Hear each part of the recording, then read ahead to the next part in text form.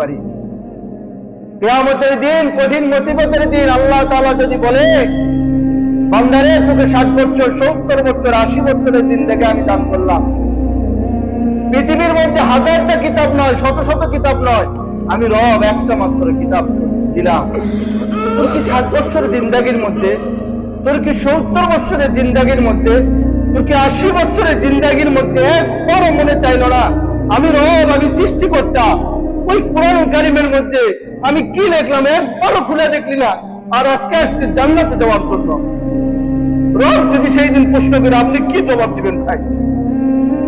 রব যদি বলে যে 70 বছর, 80 বছরের জিন্দেগি আমি তোকে দান করলাম, কিন্তু আমি কিতাব অনেক খুলে দিলাম না, একটা মাত্র কিতাব দিলাম, একবারও খুলে তুই দেখলি না আমি রব, আমি সৃষ্টি করতাম, আমি পালন করতাম, ওই কিতাবের মধ্যে কি লিখলাম, কি কার ঘটনা বললাম, আমি কি মানতে বললাম, একবারও তোর মনে হইল না।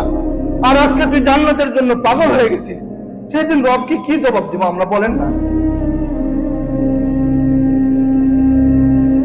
সেই দিন আমরা কি জবাব দিব?